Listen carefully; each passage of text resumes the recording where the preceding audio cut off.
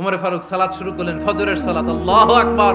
In the mean time Abu লুলু এই খঞ্জর নিয়ে ওমর ফারুকের বুকের মধ্যে 3টা স্টেবিং করলেন। একটা মারলেন নাভির নিচে, মারার সাথে সাথে পাকস্থলী কেটে গেল।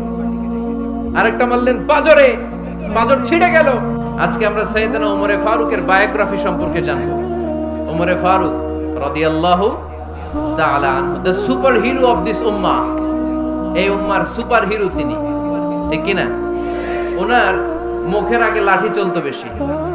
সুবহানাল্লাহ পড়বেন না? মাঝে মাঝে লাঠি চালানোরও দরকার আছে না নাই? সাইয়েদনা ওমর ফারুক আমাদের জন্য অনুপ্রেরণা। Is the real super hero of Muslim উম্মাহ। তিনি এই উম্মার রিয়েল সুপার হিরো। এজন্য ওনার জীবনী থেকে আমরা কিছু শিক্ষা নেওয়ার চেষ্টা করব ইনশাআল্লাহ। পড়েন সাইয়েদনা ওমর ফারুক কিভাবে ইসলাম ধর্ম গ্রহণ করলেন, কিভাবে বিশ্বনবীর প্রাণের কলিজার টুকরা হলেন, এটা দিয়ে আমরা শুরু করি। আল্লাহ তাআলা সাইয়েদনা ওমর ফারুকের হৃদয়ের মধ্যে 3টা ধাক্কা মেরেছেন, ঈমানের ধাক্কা। আওয়াজ করে বলতে হবে কয়টা? জোরে বলেন তো কয়টা? 3টা ঈমানি ধাক্কা। এক হচ্ছে বিশ্বনবীর দোয়ার ধাক্কা, এক কি? দোয়ার ধাক্কা। 2 হচ্ছে সূরা হাক্কা দিয়ে দিয়েছেন আল্লাহ এক ধাক্কা, সুবহানাল্লাহ পড়বেন না?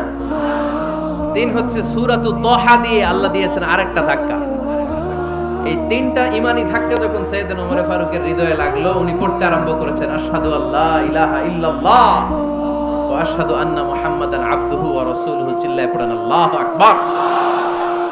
বিশ্বনবী মক্কায় বসে বসে তাহাজ্জুদের সালাত পড়ে আল্লাহর কাছে দোয়া করলেন, আল্লাহুম্মা আইজ্জাল ইসলাম বিআহাব্বির রাজুলাইনি ইলাইক। ও আল্লাহ, 2 জন লোকের নাম বলবো, 2 জনের দরকার নেই। এই 2 জনের একজনকে আপনি ইসলামের সুশীতল ছায়া তলে এনে ইসলামকে বিজয় দান করে দেন। মুহূর্তের মধ্যে দোয়াটা কবুল করে নিয়েছে কে? বিশ্বনবী বললেন, আল্লাহ 2 জনের নাম বলবো আজকের দোয়ায়। আবি জাহাল ইবনে হিশাম, হয়তো হিশামের বেটা আবু জাহেলকে আপনি ইসলামের ভিতরে নিয়ে আসেন, কিংবা ওমর ইবনুল খাত্তাব, খাত্তাবের বেটা ওমরকে আপনি ইসলামের ছায়াতলে নিয়ে আসেন। ওমরে ফারুকের জন্য দোয়াটা কবুল করে নিয়েছে কে? মক্কার যে অবস্থা, আল্লাহর হাবিব সাল্লাল্লাহু আলাইহি ওয়াসাল্লাম বুঝলেন মক্কার এই 2 জনের একজন যদি আমার সাথে না থাকে তাহলে মক্কায় দাওয়াতি কাজ চালিয়ে যাওয়া যাবে। আল্লাহর বললেন, আল্লাহ বেশি চাই না, এই 2 জনের একজন, হয় আবু জাহেল নয় ওমর, হয় আবু জাহেল নয় ওমর। বিশ্বনবী যখন দোয়া করলেন, এই দোয়ার একটা ঈমানি ধাক্কা, নূরানি ধাক্কা সাইয়েদনা ওমর ফারুকের হৃদয়কে স্পর্শ করে ফেলল। দোয়া ইজ লাইক এ মিসাইল। এই যে আমরা দোয়া করি, এটা মিসাইলের মতো। যুদ্ধে মিসাইল হামলা করে না? মিসাইল হামলা করার পরে এই মিসাইল লক্ষ্য বস্তুতে যে ভেদ করে, ঠিক কি না? তেমনি দোয়ার মতো যদি আপনি দোয়া করতে পারেন, আপনি যেই জন্য দোয়া করেছেন ঠিক ওই জায়গায় যে আপনার দোয়া স্পর্শ করে। সুবহানাল্লাহ পড়বেন না? বিশ্বনবীর দোয়ার মাধ্যমে প্রথমে সাইয়েদনা ওমর ফারুকের হৃদয়ে এক ধাক্কা লাগলো। 2 নম্বরে রব্বুল আলামিন সূরাতুল হাক্কা দিয়ে ওমর ফারুকের হৃদয়ের মধ্যে দিলেন এক ধাক্কা। পড়েন আল্লাহু আকবার। কোরআনের ভেতরে সূরাতুল হাক্কা নামে একটা সূরা আছে না নাই? আল হাক্কাতু মাল হাক্কা ওয়া মা আদরাকা মাল হাক্কা। পড়েন আল্লাহু আকবার। বিশ্বনবী যখন দোয়া করলেন, ওই দোয়া যখন সাইয়েদনা ওমর ফারুকের হৃদয়ে স্পর্শ করলো, সাইয়েদনা ওমর ফারুক সব সময় বিশ্বনবীরে ফলো করতে আরম্ভ করলেন। বিশ্বনবী ডানে গেলে লুকিয়ে লুকিয়ে ওমর ফারুক ডানে যায়, বিশ্বনবী বায়ে গেলে লুকিয়ে লুকিয়ে ওমর ফারুক বায়ে যায়। বিশ্বনবী একবার মসজিদুল হারামে যে নামাজ পড়তে শুরু করলেন, ওমর ফারুক তখন বিশ্বনবীর পিছু পিছু ছদ্মবেশে পেছন থেকে যে বিশ্বনবী কিভাবে নামাজ পড়ে দেখতে শুরু করলেন। বিশ্বনবী ইন দা মিন টাইম এশার নামাজে আল হাক্কাতু মাল হাক্কা তেলাওয়াত শুরু করে দিলেন। আল হাক্কাতু মাল হাক্কা তেলাওয়াত শুরু করে দিলেন। তেলাওয়াত করতে করতে বিশ্বনবী যখন তেলাওয়াত করতেছে, ওমর ফারুক এরকম দুলতেছে আর মজা পাচ্ছে। ওমিয়া বিশ্বনবীর কণ্ঠ বুঝি আমার মতো কণ্ঠ, আপনার মতো কণ্ঠ, আহমদ বিন ইউসুফের কণ্ঠ, আব্দুল বাসিতের কণ্ঠ না? বিশ্বনবীর গলায় যে কি সুরের ঝংকার আল্লাহ দিয়েছেন, কি সুরের লহরী আল্লাহ দিয়েছেন, একবার যে শুনতো পাগল হয়ে যেত। আল্লাহু আকবার। বিশ্বনবী সূরা হাক্কা মন্ত্রমুগ্ধ তেলাওয়াতে মন্ত্রমুগ্ধ সুর দিয়ে মন্ত্রমুগ্ধ কণ্ঠ দিয়ে তেলাওয়াত করতে লাগলেন এশার সালাতে। ওমরে ফারুক তুলতে লাগলেন। ওমরে ফারুক যত শুনেন অবাক হয়ে যায়, যত শুনেন অবাক হয়ে যায়, যতই শুনে অবাক। কিরে, কারণ তিনি আরবি ভাষা বুঝতেন। এত সুন্দর শব্দের গাঁথনি, এত প্রাঞ্জল বর্ণনা, এত সুন্দর অন্তমিল, এটা কবিতা না হয়ে পারে না। উনি মনে মনে ভাবলেন এটা মনে হয় কবিতা। It might be poem, it could be poem. Muhammad মনে হয় কবি হয়ে গেছে, তার কাব্য প্রতিভা দিয়ে সে এটা বানিয়েছে। তা না হলে এত সুন্দর কথা এটা কবিতা না হয়ে পারে। ইন দ্য মিন টাইম বিশ্বনবী কিন্তু দেখতেছে না যে পেছনে ওমর। বিশ্বনবী তেলাওয়াত করছিলেন। ইন দ্য মিন টাইম বিশ্বনবী পড়ছিলেন ওমা হুয়া বিকাউলি শাইরিন কলিলাম মা তুমিনুন। এই আয়াতের অর্থ হলো এটা কোনো কবির কথা নয়, খুব অল্প সংখ্যক লোকই তোমরা ঈমান আনো। সুবহানাল্লাহ পড়ে। এটাকে বলে কোইনসিডেন্ট। কোইনসিডেন্ট, হুট করে অনেক সময় মিলে যায়। যায় কি যায় না? আপনি একজনের কথা ভাবতেছেন, বাজারে গেলেন, বাজারে যেই দেখেন ওই লোকটা দাঁড়ায় আছে, এরকম হয় কি হয় না? কোইনসিডেন্ট। ওমরে ফারুক মনে মনে যেটা ভাবতেছে ওই কথা দিয়ে বিশ্বনবী তেলাওয়াত করতেছে। আল্লাহু আকবার। বিশ্বনবী যে আয়াত তেলাওয়াত করছিলেন, আয়াতের অর্থ হলো এটা কোনো কবির বানানো কবিতা না, খুব অল্প সংখ্যক লোকই তোমরা ঈমান আনো। ওমরে ফারুক আটকে উঠলেন, থমকে দাঁড়ালেন। ঘটনা কি? আমি মনে মনে ভাবলাম, কি রে, এত সুন্দর কথা, এটা তো মানুষের কথা হতে পারে না, এটা নিশ্চয়ই কবিতা, কবির কথা। কিন্তু মুহাম্মদ এখন আবার পড়তেছে ওমা হুয়া বিকাউলি শাইর, এটা কোনো শায়েরের, কবির কথা নয়। কলিলাম মা তুমিনুন, অল্পই তোমরা ঈমান আনো। তার মানে আমার মনে যা চলে মুহাম্মদ এটা টের পায়। মুহাম্মদ গণক। নাউজুবিল্লাহ পড়বেন না? মুহাম্মদ অনেক বড় মাপের একজন গণক। মানুষের হৃদয়ে কি চলে, মনে মনে কি ভাবে, মুহাম্মদ না দেখেও বলে দিতে পারে। ইন দ্য মিন টাইম বিশ্বনবী পরের আয়াতে বললেন ওয়ালা বিকাউলি কাহিনিন কলিলাম মা তাযাক্কারুন। এই আয়াতের অর্থ হলো এটা কোনো গণকের বানানো গণনা নয়, খুব অল্প সংখ্যক লোকই তোমরা উপদেশ হিসেবে এটাকে মানো। সুবহানাল্লাহ পড়ে। এবার আর ওমরে ফারুকের সহ্য হয় না। কি আজীব তামাশা! প্রথমে মনে করলাম কবিতা, মুহাম্মদ কয় কবি না, সে কবি না, এটা কবিতা না। তারপর ভাবলাম সে গণক, সে আয়াত পরে পরে বলে দিল এটা গণনা নয়। তাহলে এটা কি? এটা কি কবিতাও না, গণনাও না, তাহলে এটা কি? বিশ্বনবী তখন বললেন তানজিলুম মির রাব্বিল আলামিন। সুবহানাল্লাহ পড়েন। পরের আয়াত ছিল তানজিলুম মির রাব্বিল আলামিন। এটা দুনিয়ার কোনো কবির বানানো কবিতা না, এটা কোনো গণকের গণনা না, এটা কোনো সাহিত্যিকের বানানো সাহিত্য নয়, এটা মহাবিশ্বের পরিচালক রব্বুল আলামিনের কাছ থেকে পাঠানো কিতাব কোরআন। সূরা হাক্কার ধাক্কায় ওমরে ফারুক কাইত। প্রথমে ধাক্কাটা লাগলো যে দোয়া। বিশ্বনবী তাহাজ্জুদে কেঁদে দোয়া করলেন, আল্লাহ হয় আবু জাহেল রে দিবা নাইলে ওমর রে দিবা। ওই দোয়া ওমরে ফারুকের হৃদয়ে ছোঁয়া লেগেছে। এরপর হাক্কা, সূরাতুল হাক্কা দিয়ে দিলে এক ধাক্কা। এই ধাক্কা খেয়ে উথাল পাথাল হৃদয়ের মধ্যে, হায় রে, এ কি বাণী, এ কেমন কথা, কে মুহাম্মদ? তারপরও শয়তানের ওয়াসওয়াসা আছে না নাই? আল্লাহ বলে যতই ওয়াসওয়াসা ওমরকে দেয়া হোক, আমি ওমরে ফারুককে মুসলিম উম্মতের সেনাপতি বানিয়ে ছাড়বো, আমি সেনাপতি বানাবো। এবার 3 নাম্বার ডোজ। ডাক্তারের কাছে গেলে প্রথমে দেখবেন সিম্পল ডোজ দেয়, নরমাল ওষুধ। এটাতে কাজ না হলে ডোজ বাড়ায়, একেবারে কাজ না হলে অ্যান্টিবায়োটিক মারে, আছে না নাই? আল্লাহ প্রথমে দোয়ার ছোঁয়া লাগালেন, তারপর সূরা হাক্কা দিয়ে ধাক্কা মারলেন। এরপরে রব্বুল আলামিন বলেন এবার 3 নাম্বার ডোজ, সূরা তহা দিয়ে আমি তোমার হৃদয়টারে উজালা বানায় দেব রে ওমর। শয়তান ওদিক দিয়ে ওয়াসওয়াসা, খেলা দুই দিক থেকে চলতেছে। আল্লাহ তাআলা হেদায়েতের রাস্তায় টানছে, শয়তান জাহান্নামের দিকে টানছে। ঘোষণা দেয়া হলো মক্কায়, মুহাম্মদের মাথা কেটে এনে দিলে এত এত স্বর্ণ মুদ্রা দেয়া হবে। ওমরে ফারুক রাজি হয়ে গেলেন। নাঙ্গা তলোয়ার নিয়ে বিশ্বনবীর মাথা কাটার জন্য ছুটলেন। নাউজুবিল্লাহ পড়বেন না? বনু জাহরা গোত্রের এক লোক বলে, আইনা ইয়া ওমর, কই যাও? মুহাম্মদের মাথা কাটতে যাই। আরে মুহাম্মদের মাথা কাটতে যাও? তোমার বোন ফাতিমা বিনতে খাত্তাব আর তোমার বোন জামাই সাঈদ কদ সাবা, এরা তো ধর্ম ত্যাগ করে ফেলছে। এটা তো আমাদের ধর্ম ত্যাগ করে মুহাম্মদের ফলোয়ার হয়ে গেছে। আগে ওমর ঘর সামলাও, পরে মুহাম্মদের মাথা কাটতে যেও। ওমরে ফারুক অবাক হয়ে গেলেন। তলোয়ার নিয়ে বিশ্বনবীর দিকে না যেয়ে নিজের বাড়ির দিকে চলে গেলেন। বিশ্বনবীর আপন বোন ফাতেমা বিনতে খাত্তাব, বোন জামাই সাঈদ আর খাব্বাব রাদিয়াল্লাহু তাআলা আনহু তিনজন মিলে সূরা তাহা তেলাওয়াত করছিলেন। পড়েন সুবহানাল্লাহ। মক্কায় লুকিয়ে লুকিয়ে দাওয়াত হতো।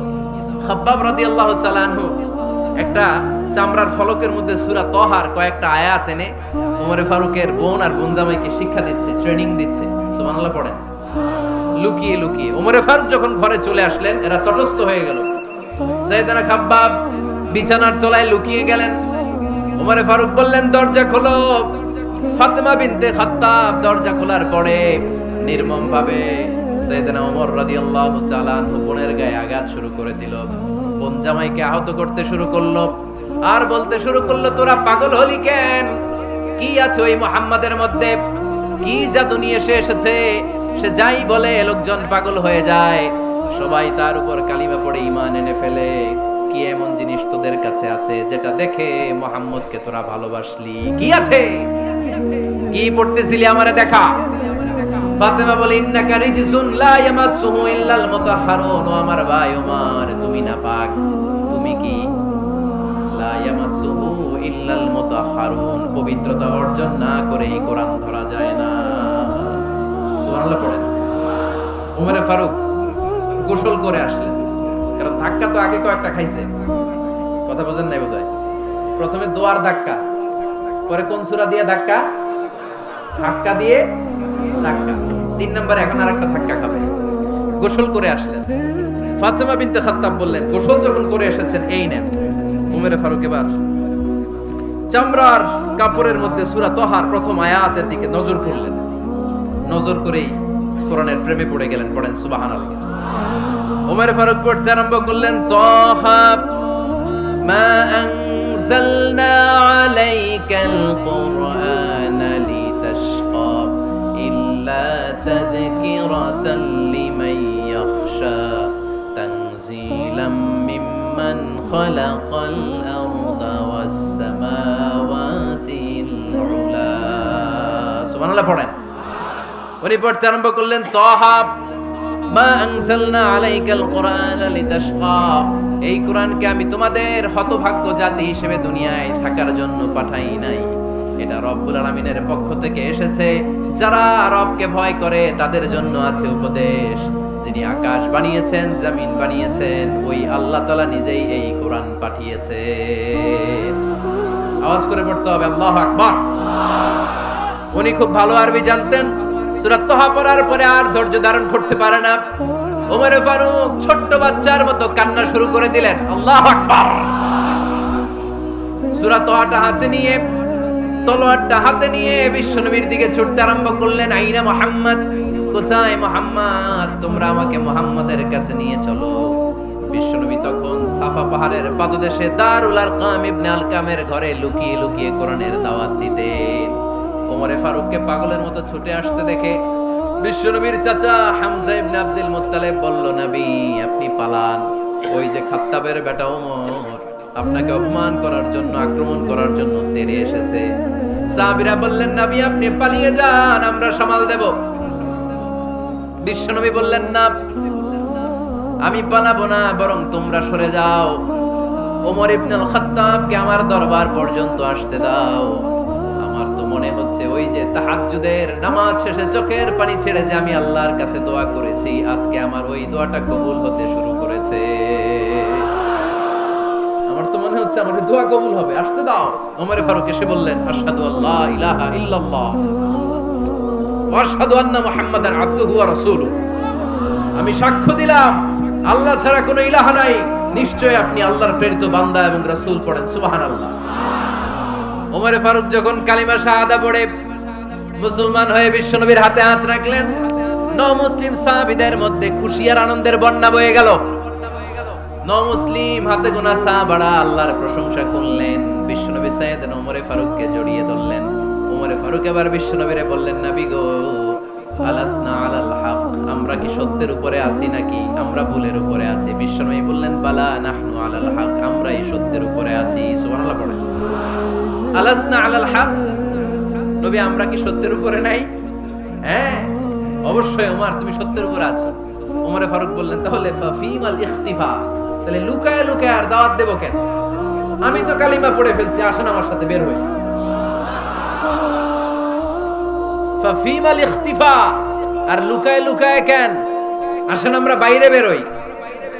বিশ্বনবী বললেন, ওমর এটা মাক্কি জীবন, এখানে আমরা একটু গোপনে গোপনে দাওয়াত দিতে চাই। ওমরে ফারুক বলে, না, আমার দায়িত্ব, আমি একটা মিছিল দিতে চাই নবী। আল্লাহর নামের তাকবীর দিতে দিতে দারুল আরকাম থেকে শুরু করে মসজিদুল হারাম পর্যন্ত একটা মিছিল দিয়ে আমি মক্কা কাঁপায়া দেব। অনুমতি দেন। বিশ্বনবী দিতে চায়। ওমর ফারুক অনেক বোঝানোর পরে স্বল্প পরিসরের একটা অনুমোদন পাওয়া গেল বিশ্বনবী সাল্লাল্লাহু আলাইহি ওয়াসাল্লামের কাছ থেকে। কিন্তু মিছিল যে দিবে, মিছিলের জন্য লোকের দরকার আছে না নাই? এখানে লোক নাই, আমি একাই মিছিল দিতেছি। এটা জমবে, মিছিল জমবে। খুঁজে উনি 11 জন মুসলিম সাহাবা পেলেন। কয়জন? ওমরে ফারুক বললেন 11 জনই সই। এই 11 জন নিয়ে আমি আল্লাহর নামের তাকবীর দেব। 2 লাইন করলেন। কয় লাইন? 2 লাইন। পেছনে 6 জন, আর এই লাইনের নেতা বানালেন বিশ্বনবীর চাচা হামজাকে রাদিয়াল্লাহু তাআলা আনহু। আর সামনে 5 জন, তার আগে দাঁড়ালেন উনি নিজেই। তাহলে 6 6 12। বললেন এই 2 লাইনে আমরা তাকবীর দিতে দিতে, বেশি না, এই দারুল আরকামের ঘর থেকে, আপনারা জানেন যে সাফা মারওয়া এখন যে সাই হয়, এই সাফার পাদদেশে ছিল দারুল আরকামের ঘর।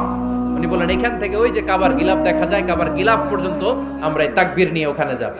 সুবহানাল্লাহ পড়বেন না? ওখানে উনি দাঁড়িয়ে ছোট্ট একটা ভাষণ দিয়েছিলেন। উনি বলেছিলেন, মান আরাদা আন তাসকুলা উম্মু ওয়া ইয়াতামা ওয়ালাদু ওয়া তারমিলা যাওজাতুহু ফালিয়াসুদ্দানি। খেয়াল করে শুনেন, কান দুইটা খরগোশের কানের মতো খাড়া করেন। উনি এক বাক্যের একটা ভাষণ দিলেন। ভাষণ দিতে জানলে বড় ভাষণ দেয়া লাগে না। এক বাক্যের ভাষণ দিয়ে গোটা বিশ্বকে ঝাঁকুনি মারা যায়। চিল্লায় বলো ঠিক কিনা? ওমরে ফারুক এক বাক্যের একটা ছোট্ট ভাষণ দিলেন। মান আরাদা আন তাসকুলা উম্মু, কে আছো মায়ের এই মক্কায়, কে আছো মায়ের বুক খালি করতে চাও? ইয়াতামা ওয়ালাদু, কে আছো বাচ্চাগুলারে, নিজের সন্তানগুলোরে ইয়াতিম বানাতে চাও? কে আছো তারমিলা যাওজাতুহু, নিজের স্ত্রীকে বিধবা বানাতে চাও? ফালিয়া সুদ্দানি, বুকের পাটা থাকলে আমি ওমর রে থামাও। ফালিয়া সুদ্দানি, দেখি মক্কায় কার এত বড় বুকের পাটা। কে আছো মায়ের বুক খালি করতে চাও, সন্তান রে এতিম বানাতে চাও, স্ত্রীকে বিধবা বানাতে চাও? ফালিয়া সুদ্দানি, পারলে আমারে ঠেকাও। এই বলে উনি আল্লাহু আকবার, আল্লাহু আকবার, আল্লাহু আকবার বলে স্লোগান শুরু করে দিলেন। এক এক স্লোগানে মক্কার মরুজমিন থারথার করে কাঁপতে আরম্ভ করল। এই মিছিল মক্কার কেউ দেয় না। মিছিলের আওয়াজ শুনে আবু জাহেল বাইরিস, উতবা বাইরিস, শাইবা, ওয়ালিদ ইবনে মুগিরা সব বের হইছে। কি রে, আমার এলাকায় এত বড় স্লোগান, কার এত সাহস? বের হয়ে দেখে মিছিলের সামনে ওমর। ওমর রে দেখে দিছে এক দৌড়। কারণ ওমরে ফারুককে থামানোর মতো বাপের বেটা মক্কায় দ্বিতীয়টা কেউ ছিল না। আওয়াজ করে বলে ঠিক কিনা? ওমরে ফারুক আল্লাহু আকবার, আল্লাহু আকবার বলে স্লোগান দিতে দিতে মসজিদুল হারামের ভেতরে ঢুকে গেল। কাবার গিলাফ ধরার পরে সেদিন মিছিল থেমেছে। ওই আল্লাহর নামের স্লোগান সেদিন কেউ থামাতে পারে নাই, কিয়ামত পর্যন্ত কেউ থামাতে পারবে না। চিল্লায় বলো ঠিক কিনা?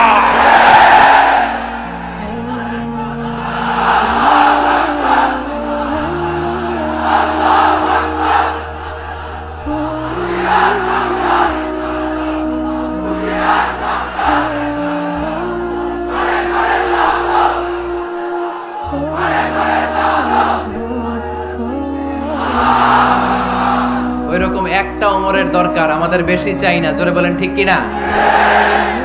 খোদা দাও আমায় আবার ওমর দারাজ দিল, দাও খোদা দাও আমায় আবার ওমর দারাজ দিল, দাও আলীর মতো বীর সেনানি, আলীর মতো বীর সেনানি জাগাতে নিখিল, দাও খোদা দাও আমায় আবার ওমর দারাজ দিল। সুবহানাল্লাহ পড়েন। একটা ওমর লাগবে। চিল্লায় বলেন কয়টা? ওই ওমরের অপেক্ষায় বাংলাদেশ সহ গোটা মুসলিম উম্মাহ। ঠিক কি না? একটা ওমরই যথেষ্ট। আমাদের সেন্ট্রাল লিডারশিপ নাই তো, আমাদেরকে এদিকে লাথি মারলে আমরা ওইদিকে যাই, ওদিক থেকে গুতা মারলে আমরা এদিকে যাই। আমাদের রিপ্রেজেন্টেটিভ, আমাদের প্রতিনিধিত্ব করার মতো কোনো কেন্দ্রীয় লিডারশিপ নেতৃবৃন্দ গোটা বিশ্বে নাই, ঠিক কি না? আমরা সেই ওমরে ফারুকের অপেক্ষায়, আমরা সেই ইমাম আল মাহদির অপেক্ষায়। এই ওমরে ফারুক আমাদের মডেল, ঠিক কি না? থার্ড ইন পজিশন, এই পুরা উম্মতের মধ্যে ওনার পজিশন নাম্বার 3। 1 নাম্বার পজিশন বিশ্বনবীর, কার? 2 নাম্বার পজিশন কার? আবু বকর। 3 নাম্বার পজিশন কার? ওমরে ফারুকের। বিশ্বনবী বলতেন লা নবিয়্যা বা'দি, লা নবিয়্যা বা'দি, আমার পরে কোনো নবী নাই। ওয়ালা রাসূলা, আমার পরে কোনো রাসূলও নাই। আমার নবীর পরে আর কোনো নবী আছে? আমার নবীর পরে আর কোনো রাসূল আছে? এই যে কাদিয়ানি যে একটা সম্প্রদায় আছে, এরা কি মুসলিম নাকি অমুসলিম? মুসলিম সম্প্রদায়ের সাথে এদের কোনো সম্পর্ক নাই, চিল্লা বলেন ঠিক কি না?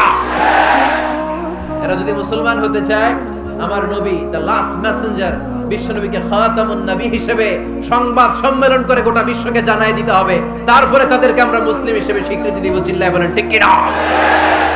তা না হলে তারা কোন ধর্মের এটাকে জানাই দিতে হবে। No inferiority complex, no identity crisis. Identity ক্রাইসিসে থাকা যাবে না, আপনারা কোন ধর্মের এটা জানাই দেন। আপনারা বিশ্বনবীরও শেষ নবী মানবেন না, আবার মুসলিম বলেও নিজেদেরকে ট্যাগ লাগাতে চাইবেন। সাধারণ মুসলমানরা এটা এই ধোঁকাবাজি মানে না, চিল্লায় বলেন ঠিক কি না? আমার নবীর পরে কোনো নবী নাই, আমার রাসূলের পরে কোনো রাসূল নাই, ঠিক কি না? আল্লাহর হাবিব বলতেন লাউ কানা বা'দি নাবিয়্যুন লাকানা উমর, তবে আমার পরে যদি নবী হওয়ার যোগ্যতা কারো থাকে, আমার ওমরের ওই যোগ্যতা আছে। সুবহানাল্লাহ পড়েন। প্রভু তুমি বলেছো রাসূল দেবে না, বলনি দেবে না ওমর, বলনি দেবে না হামজা তারি, খালিদ বিজয় সমর। প্রভু তুমি বলেছো রাসূল দেবে না, বলনি দেবে না ওমর, বলনি দেবে না হামজা তারি, খালিদ বিজয় সমর। প্রভু তুমি বলেছো রাসূল দেবে না। সুবহানাল্লাহ পড়েন। এজন্য আমরা একটা ওমর চাই। কয়টা? বেশি লাগবে? নেতার মতো নেতা কয়টা লাগে? জোরে বলেন কয়টা? Enough, that's enough. ওমরে ফারুক আওয়ার সুপার হিরো। ওনার সাথে বিশ্বনবী সাল্লাল্লাহু আলাইহি ওয়াসাল্লামের মুসাহারার সম্পর্ক ছিল। ওমরে ফারুক যে বিশ্বনবীর শ্বশুর, এটা অনেকে জানেই না। ওমরে ফারুক রাদিয়াল্লাহু তাআলা আনহু বিশ্বনবীর শ্বশুর ছিলেন, এটা আজকে নতুন শুনছেন। কে কে হাত তোলেন?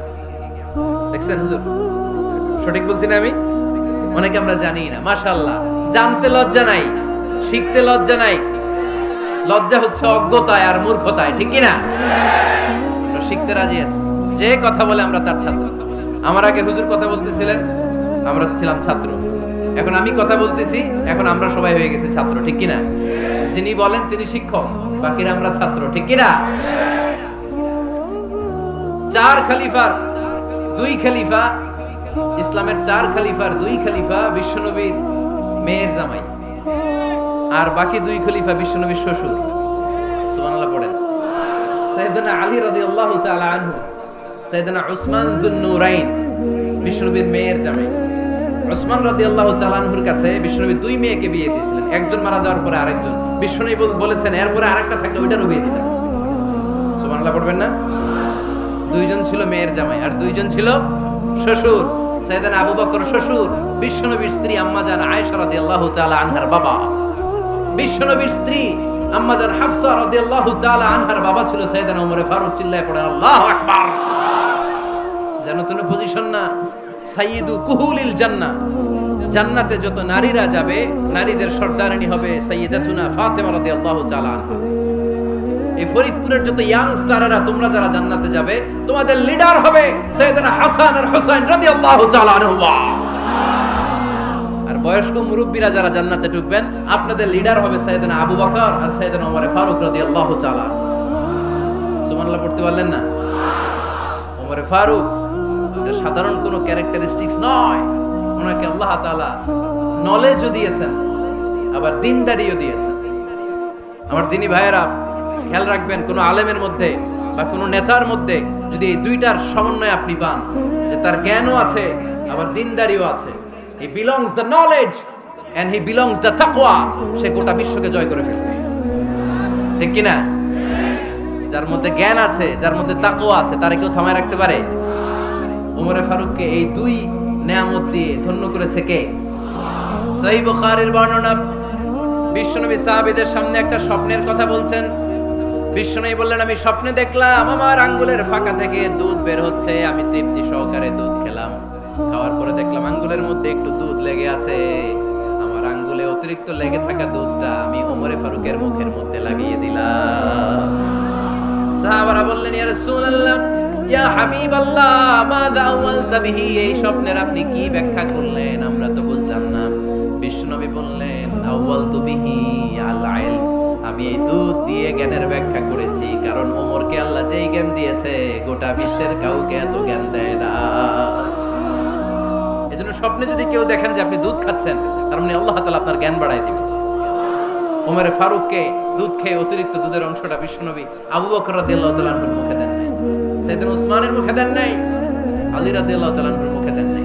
স্বপ্নে ওই অতিরিক্ত লেগে থাকা দুধটা বিশ্বনবী ওমরে ফারুকের ঠোঁটের মধ্যে লাগিয়ে দিয়েছে। এই হাদিস থেকে প্রমাণ হয় আল্লাহ তাআলা জ্ঞানের নেয়ামতে সাইয়েদনা ওমরে ফারুককে ধন্য করেছেন। আবার বুখারীর বর্ণনা, বিশ্বনবী সাল্লাল্লাহু আলাইহি ওয়াসাল্লাম আরেকটা স্বপ্নের বর্ণনা দিচ্ছেন। তিনি বললেন, তোমাদের সবাইকে স্বপ্নে আমার সামনে দাঁড় করানো হলো। আমি দেখলাম তোমাদের কারো জুব্বা নাভি পর্যন্ত, কারো জুব্বা হাঁটু পর্যন্ত, কারো জুব্বা টাকনু পর্যন্ত।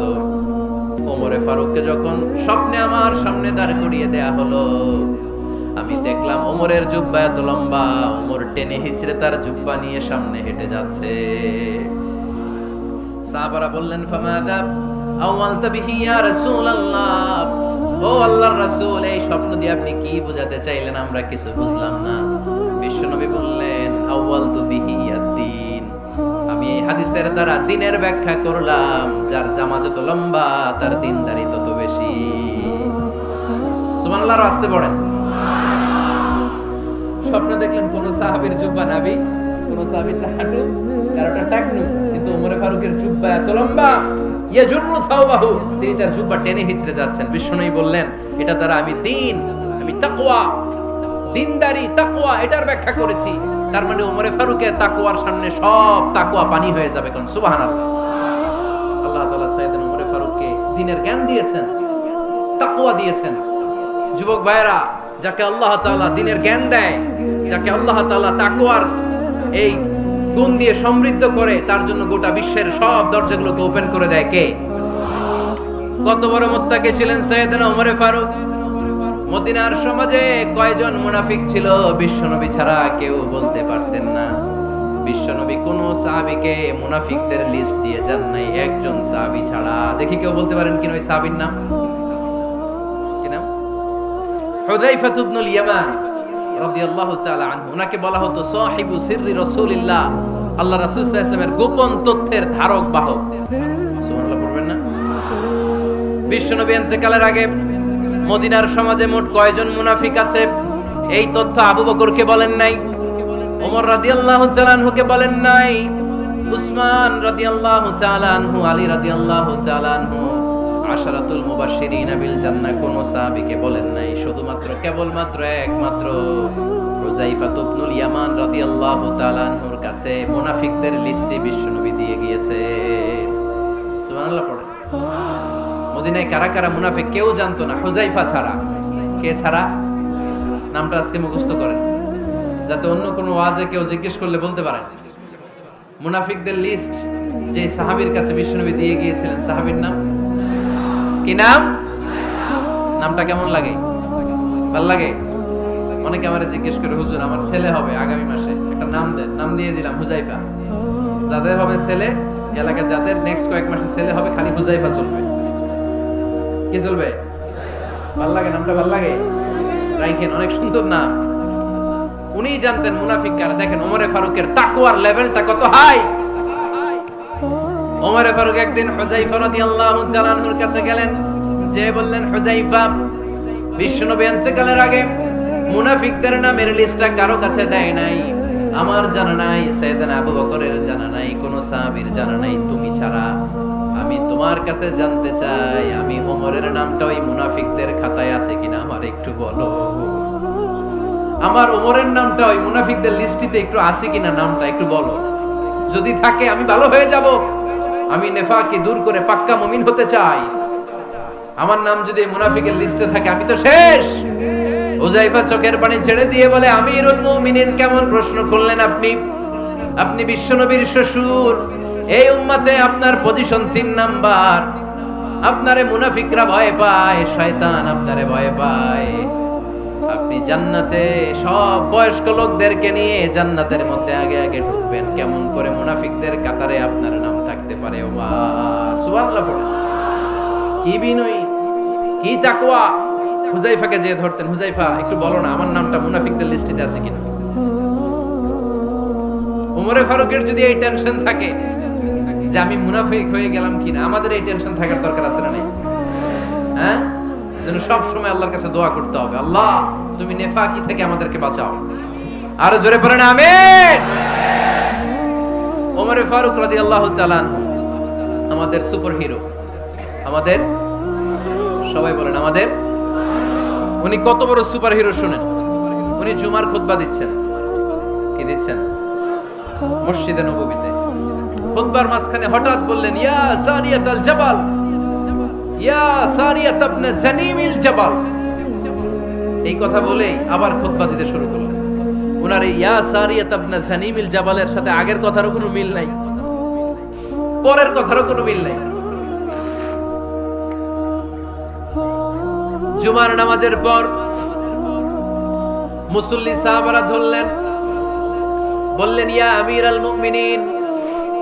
খুতবার মাঝখানে হঠাৎ করে ইয়া সারিয়াত ইবনে জালিমিল জাবাল বলে আপনি চিৎকার করলেন কেন? আপনার এই বাক্যের সাথে আপনার খুতবার আগের বাক্যের কোনো মিল নাই, আপনার খুতবার পরের বাক্যেরও কোনো মিল নাই। এই কথা আপনি কারে বললেন, কারে উদ্দেশ্য করে বললেন? এই কথার তাৎপর্য কি আমাদেরকে বুঝিয়ে বলে। ওমরে ফারুক বললেন, আমি যখন খুতবা দিচ্ছি আমি দেখতে পেলাম ওই যে কয়েক মাস আগে আমি আমার মুসলিম সেনাবাহিনী পারস্যে আক্রমণের জন্য পাঠিয়েছি, বর্তমান ইরানের ওই বিশাল এলাকাতে পারস্যে আমি আমার ব্যাটালিয়ন পাঠিয়েছি। আমি হঠাৎ করে দেখতে পেলাম আমার মুসলিম বাহিনীর সেনাপতি যুদ্ধের এক পর্যায়ে তার ডানে আছে উপত্যকা, বায়ে আছে পাহাড়। সে পাহাড়ি রাস্তা ছেড়ে দিয়ে উপত্যকার দিকে যেতে শুরু করেছে। আমি দেখতে পেলাম আমার মুসলিম বাহিনী যদি উপত্যকার দিকে ছুটে বেড়ায়, কাফির মুশরিকরা আমার মুসলিম বাহিনীকে কচুকাটা করে ফেলবে। তাই আমি এখান থেকে তাদেরকে কমান্ড দিয়ে বলেছি, ইয়া সারিয়াতাল জাবাল, উপত্যকার দিকে নয় পাহাড়ের দিকে যাও, তাহলেই তোমাদের বিজয় নিশ্চিত হয়ে যাবে। উপত্যকার দিকে যেও না, ইলাল জাবাল, ইলা সারিয়াতিল জাবাল, পাহাড়ের দিকে ছোট। সাহাবারা অবাক, ঘটনা কি? উনি বসে আছেন মদিনায় মসজিদে নববীর মিম্বারে দাঁড়িয়ে, উনি যদি ইয়া সারিয়াতাল জাবাল বলে, এটা কি ইরানে যাবে নাকি? ও মিয়া, তখনকার সময়ে বর্তমানের মতো মোবাইল ছিল নাকি? ইন্টারনেট ছিল নাকি? কিছু ছিল? খালি মুখে আমি যদি বলি ইয়া সারিয়াতাল জাবাল, এটা ইরানে যাবে, ইন্ডিয়া যাবে, ঢাকাই তো যাবে, ফরিদপুর শহরেই তো বসবে না, ঠিক কিনা? কিন্তু এটা আমিরুল মুমিনিন বিশ্বাসী সাহাবারা বিশ্বাস করে নিল। কিছু মুনাফিক ছিল, এরা কয় না ঝামেলা, এটা তো সম্ভব না। এক কাজ করি, এই সেনাপতি যখন বিজয়ী বেশে মদিনায় ফিরে আসবে আর আমরা ধরব। এরা দিন গুনতে লাগলো, এই সেনাপতি মুসলিম বাহিনী নিয়ে পারস্য জয় করে কবে ফিরে আসবে। এই মুনাফিকের দলগুলো কখনো সেনাবাহিনীকে অভ্যর্থনা জানাতে যেত না, কিন্তু এইবার সবার আগে মদিনার উপকণ্ঠে যে সেনাপতিদেরকে অভ্যর্থনা জানানোর জন্য ফুল নিয়ে রেডি, ফুল নিয়ে দাঁড়ায় আছে। সেনাপতি ঢুকার সাথে সাথে ধরছে, এই সেনাপতি কোত্থেকে আসছে? কয় পারস্য জয় করে আসছি।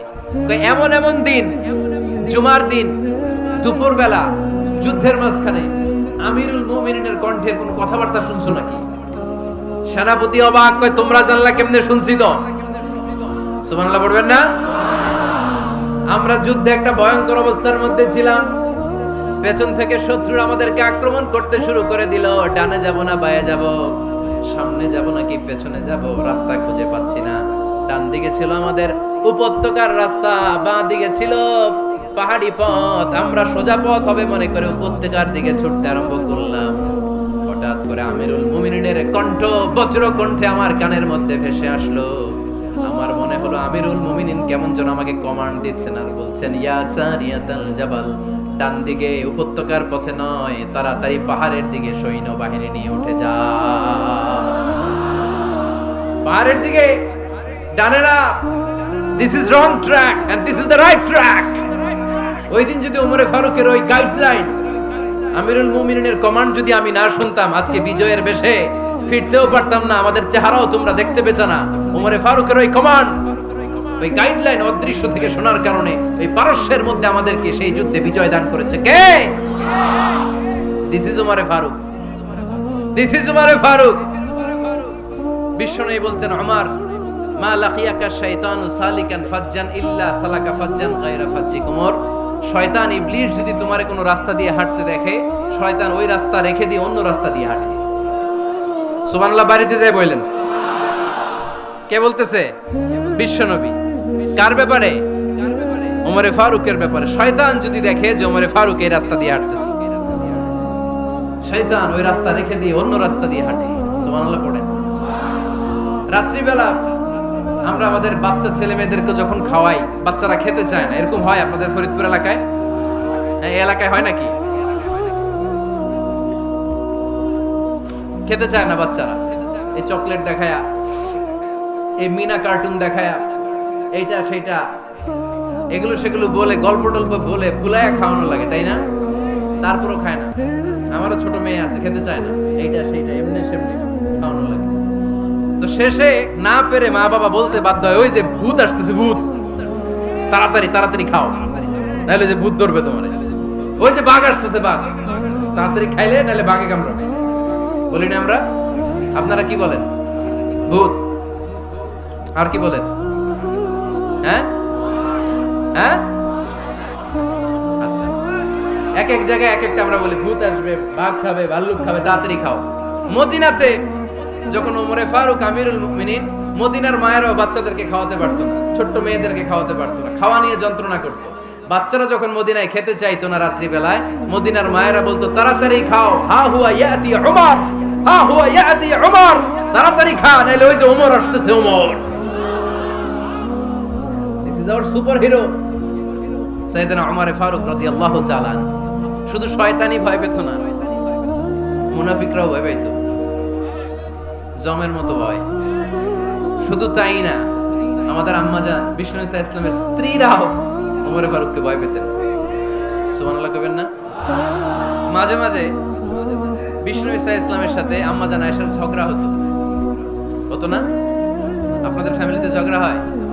হয় না? হয় না? কার কার দেখি? করে আল্লাহ, অনেক আল্লাহর ওলি আছে তো এই জায়গায়। ঝগড়া হয় না? কি কথা কয়, ঝগড়া হয় না বলে? বিশ্বনবীর ফ্যামিলিতে ঝগড়া হয়, আপনার ফ্যামিলিতে হয় না? মিষ্টি ঝগড়া। আর ও বিয়েই করে নাই,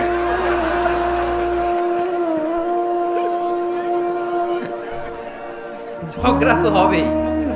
দাম্পত্য জীবনের মজাটাই তো এখানে, কখনো ঝগড়া, কখনো আনন্দ, একটু বৃষ্টি, একটু রোদ, একটু হাসি, একটু কান্না, ভালো লাগা, ভালোবাসা শেয়ার করে নেয়া, মিলেমিশে একাকার হয়ে যাও, ঠিক কিনা? আল্লাহর হাবিব সাল্লাল্লাহু আলাইহি ওয়াসাল্লামের সাথে আম্মাজান আয়েশার ঝগড়া হতো। তো একদিন ঝগড়া হয়ে দুইজন রেগে আছে। খবরদার দুইজন রেগে থাকবেন না, আবার একজন রাগলে আরেকজন থেমে যাবে, কারণ এই ছোট্ট ঝগড়া থেকে এটা অনেক সময় বিচ্ছেদের দিকে গড়ায়। আমার প্রিয় ফরিদপুরবাসী, ভাবি রেগে গেলে আপনি রাইগেন না, ওই দিন আপনি একটু ঠান্ডা থাকেন। আবার আপনি রেগে গেলে, আমার মাইকের আওয়াজ যদি ভাবিরা শুনেন, আপনারা রেগে যায় না, একটু ঠান্ডা থাকেন। দুইজনে রেগে গেলে তো তৃতীয় বিশ্বযুদ্ধ শুরু হবে, তাই না? একজন রেগে গেলে আরেকজন ঠান্ডা, কারণ এই সামান্য ঝগড়া থেকে ইগোর কারণে এটা বিচ্ছেদ আর ডিভোর্স পর্যন্ত গড়ায়। আর শয়তান এখানে উস্কানি দেয়, কারণ ইমানদারদের ফ্যামিলি ভাঙতে পারলে শয়তান সবচেয়ে বড় খুশি হয়, আর ইমানদারদের ফ্যামিলি টিকে থাকলে খুশি হয়ে যায় কে? আম্মাজান আয়েশা রাদিয়াল্লাহু তাআলা আনহার সাথে বিষ্ণু ইসা ইসলামের ঝগড়া হতো মাঝে মাঝে। একবার ঝগড়া হলো, বিষ্ণু ইসলাম রাগ, আম্মা জান আয়েশাও রাগ। বিষ্ণু বললেন, আয়েশা ঝগড়া করে আর কতক্ষণ থাকবো, আসো মিটমাট করি। আয়েশা রাদিয়াল্লাহু বললেন, ঠিক আছে মিটমাট করব। তো বিষ্ণু ইসলাম বললেন, মিটমাটের জন্য কারে ডাকবো? ওমরে ডাকি। কয় না, ওমরে না, ওমর গালিজ, ওমর অনেক রাগে, আমার ডর লাগে। কয় তাহলে তোমার আব্বারে ডাকি। কয় ডাকে। কি খুশি, মেয়েদের মধ্যে এই অভ্যাসটা আছে না নাই? তাহলে তোমার আব্বারে ডাকি। ডাকেন, ডেকে নিয়ে আসা হলো। আবু বকর রাদিয়াল্লাহু তাআলা আনহু দাঁড়ালেন, আম্মা জান আয়েশা দাঁড়ালেন, বিশ্বনবীও দাঁড়ালেন। বিশ্বনবী বললেন, আয়েশা তোমার আব্বা আসছে, এবার ঘটনা খুলে বলার পালা। তুমি বলবা নাকি আমি বলবো? আম্মা জান আয়েশা বললেন, আপনি বলেন, তবে ওয়ালা তাকুল ইল্লা হাক্কান, যেটা ঘটছে ওইটাই বললেন, মিথ্যা কথা কইেন না। আবু বকর রাদিয়াল্লাহু তাআলা আনহু রেগে মেগে আগুন। কি এই কথা তুমি কেমন করে বলো? বিশ্বনবীকে মিথ্যা কথা কখনো বলবে? রেগে মেগে দিলেন মেয়ের গালে এক চড়। বানিয়ে বলতেছি না, মুসনাদ আহমদ ইবনে হাম্বলের হাদিস। বাবার হাতের থাপ্পড়কে আম্মা জান আয়েশা উল্টে বললেন। সাইয়েদনা আবু বকর রাগে গড়গড় করছেন, আবার মারার জন্য তেড়ে গেলেন। এবার বাঁচার জন্য আম্মা জান আয়েশা বিশ্বনবীর পিছনে যে আশ্রয় নিলেন, বিশ্বনবী বাঁচানোর জন্য দুই হাত মেলে দাঁড়িয়ে গেলেন। পড়েন সুবহানাল্লাহ। বিশ্বনবী যখন দুই হাত মেলে দাঁড়িয়ে গেলেন, সাইয়েদনা আবু বকর রাদিয়াল্লাহু আনহু থেমে গেলেন। সাইয়েদনা আবু বকর রাদিয়াল্লাহু তাআলা আনহু ঘর থেকে বের হয়ে বারান্দায় দাঁড়ালেন। পড়েন সুবহানাল্লাহ। এবার বিশ্বনবী আম্মা জান আয়েশার কাছে যেয়ে বলেন, ইয়া আয়েশা, কাইফা রাআইতিনি আনকাসতুকি মিনার রাজুল, দেখছো কেমনে বাঁচাইলাম? আমি না থাকলে ভর্তা বানাই ফেলতো আজকে। আমি বাঁচাইছি তোমারে, আমি, আমার লগে ঝগড়া করো তুমি। লজ্জায় পড়ে আম্মা জান আয়েশা খিলখিল করে হেসে দিলেন, বিশ্বনবীও হেসে দিলেন। দুইজনের হাসির মধুর আওয়াজ শুনে সাইয়েদনা আবু বকর বাইরে থেকে অবাক, কিরে এতক্ষণ না ঝড় তুফান, এখন দেখি হাসি। সালাম দিয়ে অনুমতি নিয়ে ভিতরে ঢুকলেন। ঢুকে দেখেন আম্মা জান আয়েশাও হাসে, বিশ্বনবীও হাসে। এই হাসি দেখে আবু বকর রাদিয়াল্লাহু আনহু হেসে দিলেন। আরশের উপর থেকে খুশি হয়ে গেলেন কে? এবার সাইয়েদনা আবু বকর রাদিয়াল্লাহু তাআলা আনহু বললেন, ইয়া রাসূলুল্লাহ, আশরিকানি ফি সিলমিকুমা কামা আশরাকতুমানি ফি হারবিকুমা।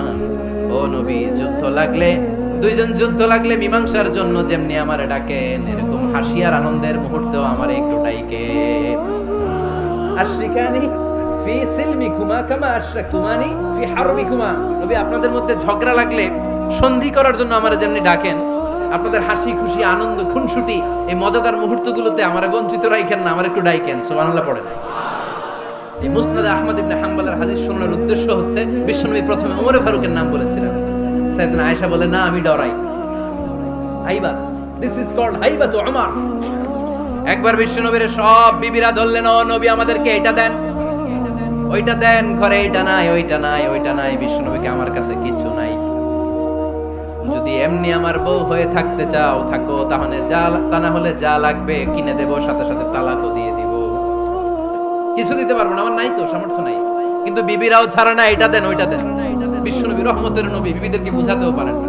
বিবিরা আবদার করতেছে, নবী এটা লাগবে, ওইটা লাগবে। ইন দ্য মিন টাইম বিশ্বনবী একজনের সালাম শুনতে পেলেন। কে যেন দরজায় দাঁড়িয়ে বলতেছে, আসসালামু আলাইকুম। বিশ্বনবী দরজার দিকে তাকালেন, তাকিয়ে বললেন, ওয়া আলাইকুমুস সালাম। আর বুঝতে পারলেন এটা আমার ওমরের সালাম। সালাম দেওয়ার পরে বিবিদের দিকে তাকায় দেখে একজন বিবিও নাই, সব অন্দরমহলের ভিতরে দৌড়। সুবহানাল্লাহ পড়তে পারলেন না? This is hour super hero Omar. এরকম ওমর একটা লাগবে, চিল্লায় বলেন কয়টা? একটা ওমর গোটা বিশ্বকে সোজা করে দিবে। একটা ওমর সবল আর দুর্বলের সব পার্থক্য দূর করে দিবে। মাজলুমের উপর জালিমের অত্যাচারের অবসান ঘটায় দিবে। গোটা বিশ্বটাকে সাম্য, মৈত্রী, ভালোবাসার ইনসাফ দিয়ে পরিপূর্ণ করে দিবে। সেই ওমরের অপেক্ষায় আমরা। নিজের ছেলেকে 80টা বেত মেরেছেন। কয়টা? 80টা বেত মেরেছেন। এই ব্যাপারে অনেকগুলো বর্ণনা পাওয়া যায়। সবচেয়ে সহিহ বর্ণনা হচ্ছে মুয়াত্তা ইমাম মালিকের বর্ণনা। ওমর ফারুক রাদিয়াল্লাহু তাআলা আনহুর ছেলে আব্দুর রহমান, মারুফুন বিআবি শাহমা, ছিলেন মিশরে। ওখানে নাবিজ খেয়েছিলেন। নাবিজ হচ্ছে আরব দেশের লোকেরা দুধের মধ্যে শক্ত খুরমা রাত্রে বেলা ঢেলে দিত। ঢেলে দিলে সারা রাত ওই খুরমার রসটা দুধের সাথে মিশে দুধটা লাল হয়ে যেত। এটারে সকালবেলা খেত, খুব সুস্বাদু। এটাকে বলে নাবিজ। কিন্তু এটা রাতে ভিজাইলে সকালেই খাইতে হয়, রেখে দিলে আবার একটু সমস্যা হয়। এটা অনেকটা তারির মতো হয়ে যায়, মাতলামি চলে আসে। তো ওমরে ফারুকের ছেলে নাবিজ খেয়েছেন, মদ খাননি, নাবিজ, কিন্তু নাবিজ খাওয়াতে সাকরান চলে এসেছে। সাকরান চলে আসাতে এটা যখন প্রমাণিত হয়েছে, আমর ইবনে আস রাদিয়াল্লাহু তাআলা আনহু ওনাকে 80 বেত মেরেছেন মিশরে। কয় বেত? নিয়ম হচ্ছে সবার সামনে, কিন্তু সবার সামনে না মেরে একটু গোপনে মেরেছে। এই তথ্য যখন ওমরে ফারুকের কাছে এসেছে, উনি বললেন না, মারতে হবে সবার সামনে, আলাদা মারলা কেন? ও মদিনায় ফিরে আসলে আমি আবার 80টা মারব। মদিনায় ফিরে আসার পরে সাইয়েদনা ওমরে ফারুক ওই আগের 80টারে আর ধরেন নাই, নিজ হাতে আবার 80টা বেত মেরেছেন। এই বেত মারার 1 মাস পরে এই আবু শাহমা ইন্তেকাল করেছে। অনেক ঐতিহাসিক বলে এই বেতের আঘাতে মরেছে, কেউ কেউ বলেছে নিজের রোগের কারণে মরেছে। কিন্তু দিস ইজ দ্য ইনসাফ সিস্টেম অফ উমর। নিজের ছেলে বলে ছেড়ে দেয় নাই। এখন নিজের ছেলে হইলে 7 খুন মাফ, নেতার ছেলে হইলে 10 খুন মাফ, এলাকার মোড়লের ছেলে হইলে 10 খুন মাফ। নো পার্শিয়ালিটি ইন ইসলাম। ইসলামে পার্শিয়ালিটি নাই। আপনি নেতার ছেলে হন, আপনি বিজনেস ম্যাগনেটের ছেলে হন, আপনি যেই হন না কেন, ইসলামের দৃষ্টিতে সবাই সমান। চিল্লায় বলেন ঠিক কি না? বনু মখজুমিয়া গোত্রের এক নারী চুরিতে ধরা পড়ল। সাহাবারা বললেন, নবী, মদিনার সবচেয়ে ভেরি প্রেস্টিজিয়াস এন্ড ডিগনিফাইড ফ্যামিলির মেয়ে, আপনি হাত কাটেন না, কারণ ইসলামের নিয়ম চুরি করলে কি কেটে দাও। বিষ্ণু বললেন, বলো কি? হাত না কাটার জন্য তোমরা আমাকে রেকমেন্ড করছো? এটা আল্লাহর আইন, পৃথিবীর কেউ রেকমেন্ড করলো শোনার ক্ষমতা আমার নাই, কারণ আইনটা দিয়েছে কে? লাউ কানাত ফাতিমাতু বিনতি মুহাম্মাদিন সারাকাত লাকাতা মুহাম্মাদুন ইয়াদাহা। আরে বনু মাকসুমিয়া মেয়ে তো দূরের কথা, আমার কলিজার টুকরা ফাতেমাও যদি আজ চুরিতে ধরা পড়তো, তার হাত কেটে দিতে আমি 1 মিনিটও দেরি করতাম না। দিস ইজ ইসলাম। এই হচ্ছে ওমরে ফারুকের মানাকিব। এরকম ওমরে ফারুক কয়টা লাগবে? আওয়াজ করে বলতে হবে, কয়টা লাগবে? একটা লাগবে। এই সাইয়েদনা ওমরে ফারুক মদিনার প্রথম চিফ জাস্টিস ছিলেন। সর্বপ্রথম উনার পরামর্শে সাইয়েদনা আবু বকর রাদিয়াল্লাহু তাআলা আনহু কোরআনকে সংকলন করেছেন। আমরা এই যে কোরআন পড়ি 30 পারা, এমদাদিয়া লাইব্রেরির 114টা সূরা, কত সুন্দর সন্নিবেশ করা হয়েছে, এখানে সাজানো হয়েছে। আল্লাহর হাবিব সাল্লাল্লাহু আলাইহি ওয়াসাল্লামের সময় কি এরকম কোরআন ছিল নাকি? ছিল? খেজুর পাতার মধ্যে, গাছের বাকলের মধ্যে, ওটের বড় হাড্ডির মধ্যে আর পাথরের মধ্যে খোদাই করা কোরআন ছিল। সাইয়েদনা আবু বকরের সময় রাদিয়াল্লাহু তাআলা আনহুর সময় যুদ্ধ হলো, 70 জন হাফেজ সাহাবী ইন্তেকাল করলেন। সাইয়েদনা আবু বকর রাদিয়াল্লাহু তাআলা আনহুকে ডেকে ওমরে ফারুক বললেন, ও আবু বকর, এইভাবে হাফেজে কোরআন সাহাবীরা যদি দুনিয়া থেকে বিদায় হয়ে যায়, আল্লাহর কোরআনও তো বিদায় হয়ে যাবে।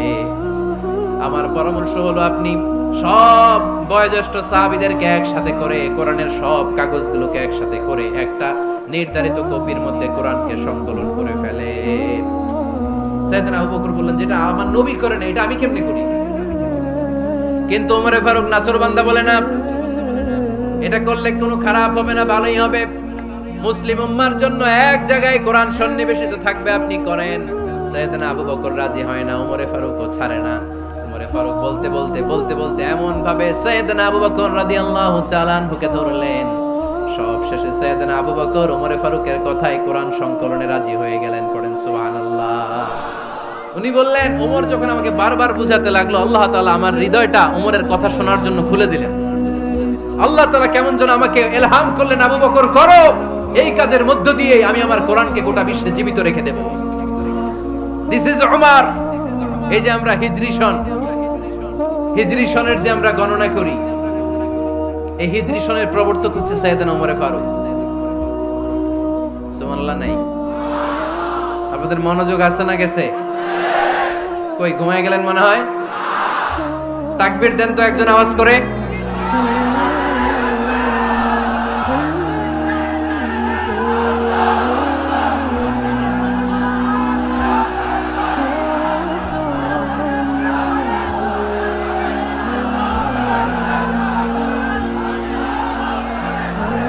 মাশাআল্লাহ, মাশাআল্লাহ। বসেন বসেন, এখনই শেষ করে দেব কিছু সময়ের মধ্যে। আমরা একসাথে বিদায় নেব ইনশাআল্লাহ। ওঠা বসা করবেন না, ওঠা বসা করবেন না, বসেন।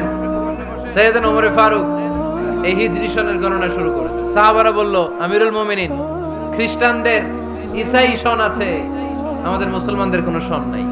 আমাদের একটা সন থাকলে আমাদের জিজিয়া নিতে, আমাদের যাকাতের টাকা উত্তোলন করতে অনেক সুবিধা হবে। ওমর ফারুক বললেন, তাহলে কোন সালকে হিজরি, কোন সালকে মুসলিম সাল হিসেবে আমরা ঘোষণা দিতে পারি? একজন বলল, আমার নবী যেই সালে জন্মগ্রহণ করেছেন ওই সালে। ওমর ফারুক বললেন, না, আমার নবীর জন্ম আমাদের জন্য খুশির দিন, কিন্তু এটা আমাদের জন্য প্রেরণা নয়। প্রেরণা নবীর কাজে, ঠিক কিনা? আরো কিছু সাহাবারা বলল, তাহলে যেই সালে আমার নবী ইন্তেকাল করেছে ওইটারে প্রথম সাল ধরেন। ওমর ফারুক বললেন, না, যেদিন তিনি ইন্তেকাল করেছেন এটা আমাদের দুঃখের দিন, এটা আমাদের প্রেরণা নয়। আমাদের প্রেরণা হচ্ছে বিশ্বনবীর ত্যাগ, তিতিক্ষা আর কাজের মধ্য দিয়ে। জোরে কোন ঠিক কিনা? ওমর ফারুক বললেন, যেদিন বিশ্বনবী ইসলাম রক্ষায় নিজের মাতৃভূমি ছেড়ে মক্কা থেকে মদিনায় গিয়েছেন ওই দিনটাকে হিজরি প্রথম দিন ধরে আমরা হিজরি সাল গণনা করে শুরু করে দেব। ওইটাই হচ্ছে হিজরি সন। সেখান থেকে হিজরি সনের প্রবর্তন করেছেন সাইয়েদনা ওমর ফারুক রাদিয়াল্লাহু তাআলা আনহু। এই যে স্টেট গভর্নমেন্ট, এই যে প্রিজন, জেলখানা, ক্যান্টনমেন্ট, সচিবালয়, গণভবন, বঙ্গভবন, মুক্তিযোদ্ধাদের ভাতা, রাষ্ট্রীয় ভাতা, এই সব নিয়ম কানুন সাইয়েদনা ওমর ফারুক তার রাষ্ট্রীয় আমলে তিনি নিজে করেছেন। চিল্লায় পড়েন আল্লাহু আকবার। মুসলমানদের আলাদা কারেন্সি, নিজস্ব মুদ্রা ব্যবস্থা নিজে চালু করেছেন।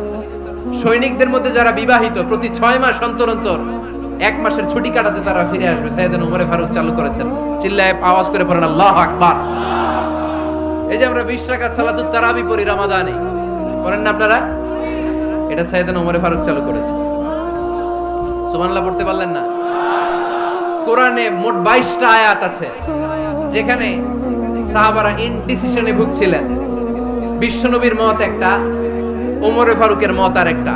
এই 22 জায়গায় আল্লাহ তাআলা বিশ্বনবীর মতের পক্ষে আয়াত নাজিল না করে ওমর ফারুকের মতের পক্ষে কোরআনের আয়াত নাজিল করেছেন। আওয়াজ করে পড়েন আল্লাহু আকবার। এদিকে উঠলেন কেন আপনারা? যারা উঠছেন আমার দিকে তাকান।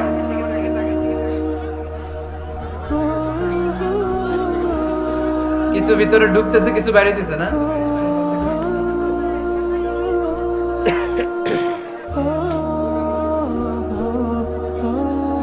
সাইয়েদনা ওমর ফারুক, আমরা সাহাবীদের জীবন চরিত পড়তে চাই না? কত যে অনুপ্রেরণামূলক দৃষ্টান্ত সাইয়েদনা ওমর ফারুক আমাদের জন্য রেখে গিয়েছে। ওমর ফারুক যখন খলিফা, দিনের বেলায় যদি রাষ্ট্রে কোনো নিয়ম জারি করতেন, দিনের বেলায় জনগণকে কোনো বিষয়ে যদি নিষেধ করতেন, রাত্রে বেলায় খাওয়ার সময় ফ্যামিলি মেম্বারদের সবাইকে বলতেন, এই দিনের বেলা আমি জনগণকে এই কাজ করতে নিষেধ করেছি, তোমরা আমার ফ্যামিলি মেম্বার, খবরদার তোমরা এই কাজ করো না। জনগণ করলে যতটুকু শাস্তি, তোরা করলে পাবি ডবল শাস্তি।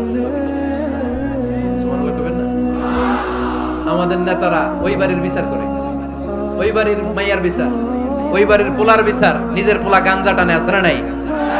নিজের মেয়ে অপরাধ করে, আসরা নাই? কি নেতা ছিলেন ওমর ফারুক! আগে নিজের ঘর সামলিয়েছেন, আগে নিজেকে সামলিয়েছেন, নিজের ঘর ঠিক করেছেন। বলেছেন জনগণ করলে যত বেদ, তোরা করলে double Veda. This is call leader, ঠিক কি না? এক বাবা এসে বললেন, ওমর ফারুক আমার ছেলে কথা শোনে না, বেয়াদব। ওমর ফারুক ছেলেরে ডাকলেন, বাবা তুমি তোমার আব্বাজানের কথা শোনো না, এটা তো কবিরা গুনাহ। ছেলে বলে, ওমর ফারুক সব দায়িত্ব আল্লাহ ছেলে মেয়েদেরকে দিয়েছে, বাবা মাকে কোনো দায়িত্ব দেয় নাই। ওমর ফারুক বললেন, অবশ্যই দায়িত্ব দিয়েছে। তাহলে বলেন আমার বাবার দায়িত্ব কি? উনি বললেন, প্রাইমারিলি প্রথমত 3 দায়িত্ব। আইয়ান তাকিয়া উম্মা, পৃথিবীর প্রতিটি বাবার উচিত ছেলেদের মেয়েদের জন্য ভালো মায়ের ব্যবস্থা করা। 2 নম্বরে আইয়ুহসিনা ইসমা, সুন্দর তার একটা নাম রেখে দেয়া। 3 নাম্বার ইউআল্লিমাহুল কিতাব, তার আল্লাহর কিতাব শিক্ষা দেওয়া। এবার ছেলেকে আমার আব্বা 3টার একটাও করে নাই। এবার ওমর ফারুক রেগে গেলেন, বাবার কাঁধে ধরলেন, বললেন তুই ছেলের জন্য বিচার নিয়ে আসলি, তোর 3টা দায়িত্বের একটাও তুই পালন করিস নাই। ছেলে বলে, আমিরুল মুমিনিন, আমার মা নর্তকী, আমার মা মাজুসি, আমার মায়ের মধ্যে কোনো আদব কাদব নাই, সুন্দরী দেখে আমার মারে বাবা বিয়ে করছে, আমার মায়ের কাছ থেকে জীবনে কিছু শিখি নাই। 2 নাম্বার সাম্মানি খানফাসা, আমার বাবা আমার নাম রেখেছে চামচিকা। কি নাম রাখছে? এটার নাম হইলো একটা, এরকম উল্টা পাল্টা নাম আছে না? নাই না, এগুলো রাখবেন না। আব্দুল্লাহ রাখবেন, আব্দুর রহমান রাখবেন। আর একটা কি বলছি আজকে? হুযায়ফা রেখে দিয়ে পারবেন? ওয়ালাম ইউআল্লিমনি হারফাম মিন কিতাবিল্লাহ আমিরুল মুমিনিন। শুধু তাই না, আল্লাহর কোরআনের একটা অক্ষর আমার বাবা কোনোদিন আমারে শিক্ষা দেয় না। ওমর ফারুক রেগে গেলেন, এবার বাপের কান্দে ধইরা মারতে শুরু করলেন। তুই পোলার নামে বিচার নিয়ে এসেছিস, তোরে মাইর দিমু আগে। এরকম নেতার দরকার আছে না নাই? মদিনায় এক লোক তার বউরে রাগের চোটে 100 তালাক দিয়ে ফেলছে। কয় তালাক দেয়ার নিয়ম কয়টা? দিছে কয়টা? এবার স্ত্রী কাঁদতে কাঁদতে এসে বলে, আমিরুল মুমিনিন দেখেন, আমার স্বামী আমারে রেগে মেগে 100 তালাক দিছে। ওমর ফারুক বললেন, দইরা নিয়ে এটা নিয়ে আসা হলো। ওমর ফারুক বললেন, কয়টা তালাক দিয়েছো? কয় 100টা। কেন দিছো? কয় মাথা গরম আছিল। এরকম আছে না? তালাক দেওয়ার সময় সব তালাক, তুই তালাক, তোর মা তালাক, তোর বোন তালাক, সব তালাক। তালাক দিবে ওয়াইফ রে, দিতেছে সবাই রে। তোমারে ফারুক বললেন, দিবে 3টা, 100টা দিলা কেন? কয় মেজাজ গরম ছিল। কয় দাঁড়া, আত-তালাকু মিন শাআইরিল্লাহ, তালাক হচ্ছে আল্লাহর দেয়া বিধানের একটা নিদর্শন। এটা নিয়ে তুই খামখেয়ালি করলি? আমার রায় শোন, আমার রায় হচ্ছে 3 তালাকে তোর বউ তালাক, বাকি 97 তালাক তোর পিঠের উপরে পড়বে। এরকম বিচারের দরকার আছে না নাই? এরকম দৃষ্টান্তমূলক বিচার যদি বাংলার জমিনে দেয়া হতো, আর কোন নারী ধর্ষিতা হতো, আর কোন নারীকে অ্যাসিড মারা হতো, আর কোন নারী যৌতুকের জন্য কান্না করত? একটা আমল লাগবে, বেশি না। কয়টা লাগবে? তিনি গভর্নর সিস্টেম চালু করেছিলেন, governor system, Islamic state. Bahrain, ইয়ামান, মিসর, কুফা, বসরা, মক্কা, মদিনা, এই 7 জায়গায় 7 জন গভর্নর পাঠিয়েছেন। তাদের থেকে তথ্য নিতেন। এই গভর্নর সিস্টেম উনি বানিয়েছেন।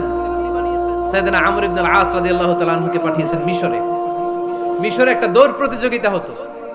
ওই দৌড় প্রতিযোগিতায় আমর ইবনে আল আস রাদিয়াল্লাহু তাআলা আনহুর ছেলে অংশগ্রহণ করেছে, কিন্তু এক মিশরি ওই দৌড় প্রতিযোগিতায় চ্যাম্পিয়ন হয়ে গেছে। রানার্স আপ হয়েছে আমর ইবনে আল আসের ছেলে।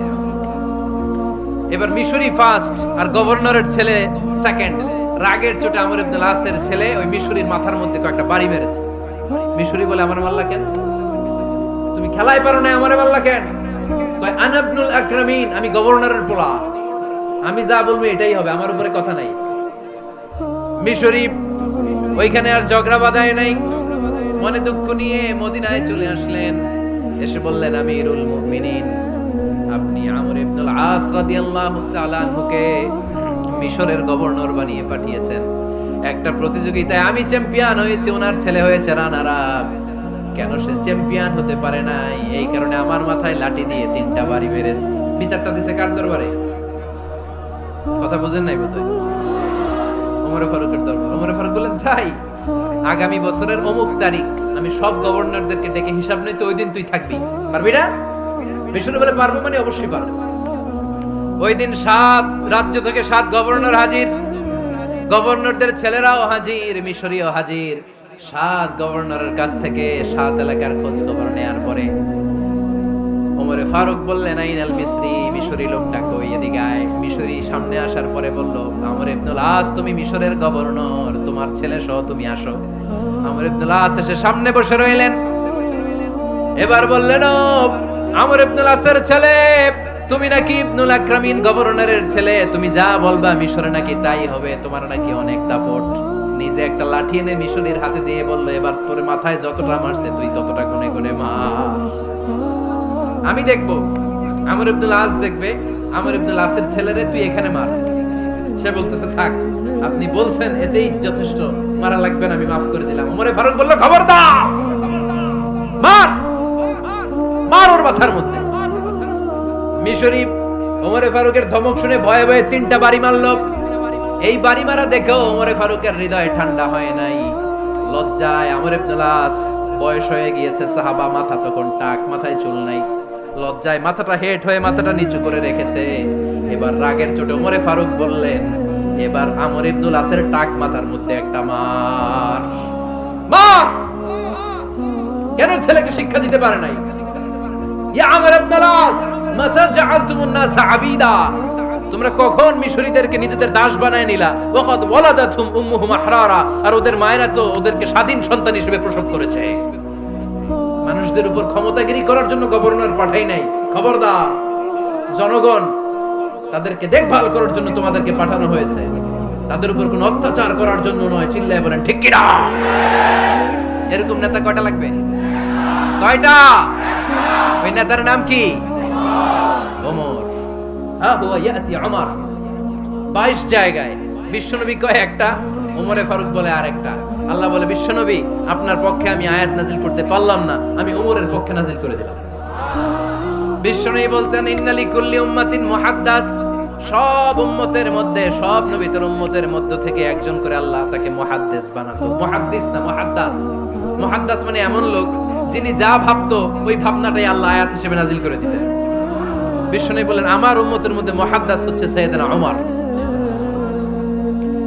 মদিনার সবচেয়ে বড় মুনাফিকের নাম আব্দুল্লাহ ইবনে উবাই ইবনে সালুল। সব মুনাফিকদের সরদার, কিন্তু এই মুনাফিকের ছেলেটা হলো পাক্কা ইমানদার। এই ছেলের নাম হলো আব্দুল্লাহ। আওয়াজ করে বলেন, ছেলের নাম কি? আব্দুল্লাহ ইবনে উবাই ইবনে সালুল। মুনাফিক সরদার যখন ইন্তেকাল করলো, সাইয়েদনা আব্দুল্লাহ রাদিয়াল্লাহু তাআলা আনহু বিশ্বনবীর কাছে এসে চোখের পানি ছেড়ে ডেকে বলে, নবী আপনিও জানেন, আমিও জানি, মদিনার সবাই জানে আমার আব্বা মুনাফিকদের সরদার, কিন্তু আমার মন তো মানে না, আমার তো পিতা, আমার তো বাবা লাগে, আমার তো মন মানে না। আপনিও জানেন মুনাফিক, আমিও জানি মুনাফিক। তবে আপনার দরবারে কিছু আমি চাই না, আপনার গায়ের একটা জামা দেন, আপনার জামাটা পরিয়ে আমার বাবারে দাফন দিব। এর উসিলায় যদি আমার আব্বারে আল্লাহ মাফ করে দেয়, দয়ার নবী মায়ের নবী জামা খুলে দিয়ে দিলেন। পড়েন সুবহানাল্লাহ। আব্দুল্লাহ রাদিয়াল্লাহু তাআলা আবার আবদার চললেন, নবী জানি আমার বাবা মুনাফিক, কিন্তু আমার তো বাবা, আপনার দরবারে ফরিয়াদ, আপনি নিজে যে আমার বাবার জানাজার নামাজের ইমামতি করবেন। দয়ার নবী মায়ার নবী জানাজার নামাজে যেতে চাইলেন। ওমরে ফারুক বললেন, নবী না, খবরদার আপনি উবাই ইবনে সালুলের জানাজায় যাবেন না। বিশ্বনবী জোর করে যেতে চাইলেন। সাইয়েদনা ওমরে ফারুক বিশ্বনবীর জামা পেছন থেকে টেনে ধরলেন। আল্লাহু আকবার। টেনে ধরলেন, যাবেন না আপনি। ওমরে ফারুকের হাত থেকে হ্যাচকা টান মেরে জুব্বা টান দিয়ে বিশ্বনবী জানাজায় চলে গেলেন। রব্বুল আলামিন আয়াত নাজিল করলেন, ইস্তাগফির লাহুম আও লা তাস্তাগফির লাহুম ওয়া ইন তাস্তাগফির লাহুম ৭০ মাররাতান ফালাই ইয়াগফিরাল্লাহু লাহুম। নবী গো, একবার নয়, দুইবার নয়, ৭০ বারও যদি এই মুনাফিকের জন্য আপনি ক্ষমা চান, তার জন্য ক্ষমা নাই, তার জন্য আছে জাহান্নাম। ওয়ালা তাকুম, আপনি যাবেন না আলা কবরি, কখনো তাদের জানাজায় যাবেন না। এই যে একটা ভুল করে ফেলছেন, এটা এবারই শেষ, এরপরে আর যাবেন না। সাইয়েদনা ওমর ফারুকের পক্ষে আল্লাহ তাআলা কোরআনের আয়াত নাযিল করে দিলেন। চিল্লায় পড়েন আল্লাহু আকবার। এভাবে 22টা জায়গায় ওমর ফারুক যা বলেছে, এটা নিয়ে একটা আলাদা আলোচনা হইতে হবে, আলাদা একটা আলোচনা লাগবে যে 22টা আয়াতে আল্লাহ তাআলা বিশ্বনবীর পক্ষে কোরআনের আয়াত নাযিল না করে সাইয়েদনা ওমর ফারুকের পক্ষে আয়াত নাযিল করেছেন। চিল্লায় পড়েন সুবহানাল্লাহ। ওই ওমর ফারুককে আমাদের মডেল বানানোর দরকার আছে না নাই? ওই ওমর ফারুকের জীবনী আমাদের ছেলে মেয়েদেরকে পড়ানোর দরকার আছে না নাই? আমাদের ভবিষ্যৎ প্রজন্ম এগুলো জানে না। ওরা সালমান খান দেখে বড় হয়, ওরা শাহরুখ খান দেখে বড় হয়, ওরা ঋত্বিক রোশনকে দেখে বড় হয়। ওরা মনে করে যে এরাই বড় সুপার হিরো। আমাদের যে কত বড় সুপার হিরো আছে এরা জানেই না। নতুন প্রজন্মের কর্ণকোহরে সাইয়েদনা ওমর ফারুকের ইতিহাস পৌঁছে দেওয়ার দরকার আছে না নাই? ওমর ফারুকের ইন্তেকালের ঘটনাটা বলেই আমরা মুনাজাতের দিকে যাব। শুনবেন? শুনতে চান? উনি স্বপ্নে দেখলেন একটা লাল মোরগ ওনাকে 3টা ঠোকর মেরেছে। কয়টা? উনি জুমার নামাজে, জিলহজ মাসের শেষ সপ্তাহে জুমার নামাজে বললেন যে একটা লাল মোরগ 3টা ঠোকর মেরেছে। মুগীরা ইবনে শুবা রাদিয়াল্লাহু তাআলা আনহুর দাস আবু লুলু আল মাজুসি, এই লোকটা খঞ্জর বানাতে পারত। মুগীরা রাদিয়াল্লাহু তাআলা আনহুর দাস। মুগীরা প্রতিদিন 4 দিরহাম করে চার্জ করত, যেহেতু দাস। সে এসে বিচার দিল, আমিরুল মুমিনিন, মুগীরা আমার থেকে বেশি টাকা চায়, জুলুম করে।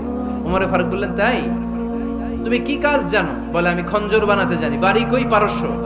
আরে তুমি খঞ্জর বানাতে জানলে তো 4 দিরহাম অনেক কম, সে তো আরো বেশি টাকা নেওয়া দরকার ছিল তোমার থেকে। আবু লুলুর এই কথা পছন্দ হয় নাই। সে কয়, ওমর তুমি সবারে দয়া দেখাও, আর আমার ক্ষেত্রে কঠিন নিয়ম বানাইলা, দাঁড়াও এই নিয়ম তোমারে আমি দেখাবো। এই রাগে সে বাড়িতে যে একটা খঞ্জর বানালো। কি বানালো? খঞ্জর চিনেন? ছোট্ট ছুরি। কিছুদিন আগে ওমানের সুলতান কাবুস ইন্তেকাল করেছে, জানেন আপনারা? ওনার এই কোমরের মধ্যে খঞ্জর থাকতো, ছবিতে দেখছেন? আরব শায়েখ যারা সুলতান আমির, কোমরে কি থাকে? ছোরা থাকে, খঞ্জর। সে বাসায় যে একটা খঞ্জর বানালো, যেই খঞ্জরের দুই মাথা, লাহু রাসান ওয়া মাকবাদাতুহু ফি ওয়াসাতি, আর ধরার হ্যান্ডেলটা মাঝখানে, এদিকেও ছুরি এদিকেও ছুরি, যাতে এইভাবে মারা যায়। সে ধার দিতে লাগলো আর বলল, ওমর দাঁড়াও, তোমার আমি দেখাবো। ওমরে ফারুক মসজিদে নববীর ইমাম, ফজরের নামাজের সময় এ আবু লুলু আল মাজুসি বুরনুস পরে, চাদর পরে, লুকিয়ে লুকিয়ে, সে অগ্নি উপাসক, মুমিন নয়, ওমরে ফারুককে অ্যাটাক করার জন্য গেলেন মসজিদে নববীতে। ওয়াকানু ইউসাল্লুনা বিগালাস, তখন ওনারা অন্ধকারে নামাজ পড়তো। নামাজের সময় যখন হলো, লুকিয়ে লুকিয়ে প্রথম কাতারে ওমরে ফারুকের পিছনে মুয়াজ্জিনের পাশেই দাঁড়ালেন, হাতে খঞ্জর। ইকামত হলো, ওমরে ফারুক সালাত শুরু করলেন, ফজরের সালাত, আল্লাহু আকবার। নামাজ শুরু করলেন, সূরা ফাতিহা বললেন। আরেকটা সূরা যখন পড়তে যাবেন, in the mean time Abu লুলু এই খঞ্জর নিয়ে ওমরে ফারুকের বুকের মধ্যে 3টা স্টেবিং করলেন। একটা মারলেন নাভির নিচে, মারার সাথে সাথে পাকস্থলী কেটে গেল। আরেকটা মারলেন পাজরে, পাজর ছিঁড়ে গেল। 3টা মারার পরে ওমরে ফারুক বললেন, কাতালানি আলকাল, এক কুকুর আমাকে মেরে ফেলেছে। পেছন থেকে এক সাহাবীকে টান মেরে সামনের দিকে নিয়ে গেলেন, তুমি নামাজের ইমামতি করো। আর ওমরে ফারুককে বাকিরা ধরাধরি করে পেছনে নিতে আরম্ভ করলো। আর এই আত্মাই আক্রমণ যে করেছে, সে কাতারের মাঝখান দিয়ে যেতে আরম্ভ করলো আর দুই দিকে ছুরি মারতে আরম্ভ করলো। 13 জন সাহাবীর গায়ে ছুরি মেরেছে, 7 জন সাহাবা স্পট ডেথ, জায়গায় মৃত্যু। এই ভয়ঙ্কর অবস্থা দেখে এক সাহাবী বুরনুস, এক ধরনের জুব্বা আছে মাথাওয়ালা, অনেকে জ্যাকেট পরছেন না এরকম মাথাওয়ালা, লম্বা জুব্বা আছে, আরবরা শীতে পরে মাথাওয়ালা, এই মাথাওয়ালা জুব্বা বের করে এক সাহাবী জালের মতো তার দিকে উড়ায় মারল। ওই বুরনুসের মধ্যে পেঁচিয়ে আবু লুলু মাটিতে পড়ে গেল আর সুইসাইড করে ফেলল, নিজের বুকে নিজে মেরে আত্মহত্যা। যেই সাহাবীকে ইমামতির জন্য দাঁড় করালেন, উনি ছোট্ট সূরা দিয়ে প্রথম রাকাতে সূরা আল কাউসার, দ্বিতীয় রাকাতে সূরাতুল ইখলাস দিয়ে নামাজ শেষ। ওমরে ফারুক বেহুশ। ওমরে ফারুক কি? হ্যাঁ, সবাই কান্নাকাটি করতেছে, সবাই দেখতে গেলেন, এখন হুঁশ ফিরে না। মুখের মধ্যে, মুখ খুলে রাষ্ট্রের চিকিৎসক মুখের মধ্যে দুধ দিলেন, ওই নাভি দিয়ে দুধ বের হয়ে যায়, পাকস্থলী কেটে ওখান দিয়ে দুধ বের হয়ে যাচ্ছে। তারা বলল, ওনারে বাঁচানো সম্ভব না, দেখেন হুঁশ ফিরে কিনা। হুঁশ ফিরলে ওনার পরে কে আমির হবে, উনি যেন প্যানেল ঠিক করে দিয়ে যায়। সবাই তাকিয়েছে ওমরে ফারুকের চোখের দিকে। আল্লাহর মেহেরবানিতে ঘন্টা খানিক পরে উনি চোখ খুললেন। চোখ খোলার পরেই বলেন নাই, ও মা আমি মরে যাই। চোখ খোলার পরে উনি বলেন নাই, কে মারলো আমারে। চোখ খোলার পরে উনি বলেন নাই, আমার পরে নেতা কে হবে। চোখ খোলার পরে সর্বপ্রথম কথাটি ছিল, আসল্লান নাস, আমার নেতৃত্বে যে ফজরের নামাজটা শুরু হয়েছিল, এটাকে ঠিকমতো তোরা পড়েছিলি? আমার নেতৃত্বে যে ফজরের জামাত শুরু হয়েছিল, সেটা ঠিকঠাক মতো সমাপ্ত হয়েছিল কিনা আগে বল। আসল্লান নাস, নামাজটা হয়েছে কিনা বল। সুবহানাল্লাহ কইতে পারলেন না? This is Umar, hour super hero. নেতা অনেকগুলো লাগে না, এরকম নেতা একটাই যথেষ্ট, যে গোটা বিশ্বকে কাঁপায় দিতে পারে। চিল্লায় বলো ঠিক কিনা? আমরা চাই আমাদের ছেলেগুলো ওমরে ফারুকের মতো বড় হোক। আমরা চাই আমাদের ছেলে মেয়েগুলো খাব্বাব, খুবাইব, সাইয়েদনা আলী, উসমান, আবু বকর রাদিয়াল্লাহু তাআলা আনহুর অনুসরণে বড় হোক, ঠিক কিনা? আমরা একটা ওমর চাই, যিনি আমাদেরকে সালাতের শিক্ষা দিয়ে গিয়েছেন, ইন্তেকালের আগে বলেছেন সাল্লান নাস। এজন্য আমরা যেন নামাজ কখনো নষ্ট না করি। আল্লাহর জমিনে দ্বীন বাস্তবায়নে আসাদ্দুহুম ফি আমরিল্লাহি ওমর রাদিয়াল্লাহু তাআলা আনহুর মতো এত কঠোর কেউ ছিলেন না। তাই দ্বীন বাস্তবায়নে আমরা যেন কাউরে ছাড় না দেই। সবার আগে আল্লাহর দ্বীন, সবার আগে আল্লাহর কোরআন, সবার আগে আমার ইসলাম, ঠিক কিনা? চাইলেই কেউ এদেশ থেকে ইসলামরে মিটাই দিতে পারবে না। যে দেশে আল্লাহু আকবার ধ্বনির সাথে সাথে সূর্য উঠে যায়, আল্লাহু আকবার ধ্বনির সাথে সাথে সূর্য ডুবে যায়, সে দেশে আর কিছু থাকবে না থাক, আমার ইসলাম থাকবেই। আর কিছু থাকবে না থাক, আমার কোরআন থাকবেই। সে ইসলামের সাথে থাকতে রাজি আছেন তো? কোরআনের সাথে থাকতে রাজি আছেন তো?